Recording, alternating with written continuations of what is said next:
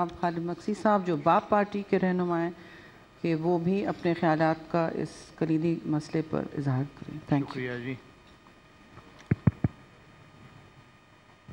بسم اللہ الرحمن الرحیم. جناب صدر صاحب، پرائم منسٹر صاحب، باقی جتنے ہمارے معززین یہاں پہ حاضر ہیں، السلام علیکم. دیکھیں جی، اس وقت دنیا تقسیم ہو چکی ہے. دنیا کی جو بادشاہت ہے اس وقت وہ غیر مسلموں کے پاس ہے،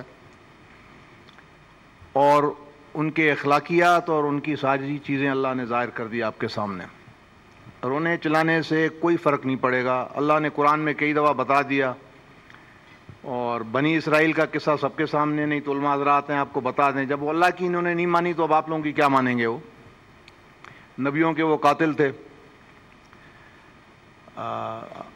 وہ ان کی تاریخ ٹیڑھے پن سے بھری ہوئی ہے، جن کی اللہ نے خود قرآن میں کر دیا. تو ہمارے شور مچانے سے ان پہ اثر نہیں پڑے گا.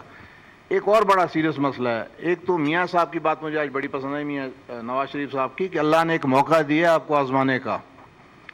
آپ اس سے کیا فائدہ لے سکتے ہیں؟ کیا آپ کے پاس جو کچھ ہے اس کو آپ کیسے استعمال کریں گے؟ چاہے وہ تیل کی صورت میں ہے یا کسی کی فوج مضبوط ہے، تو اس کو کب استعمال کریں گے؟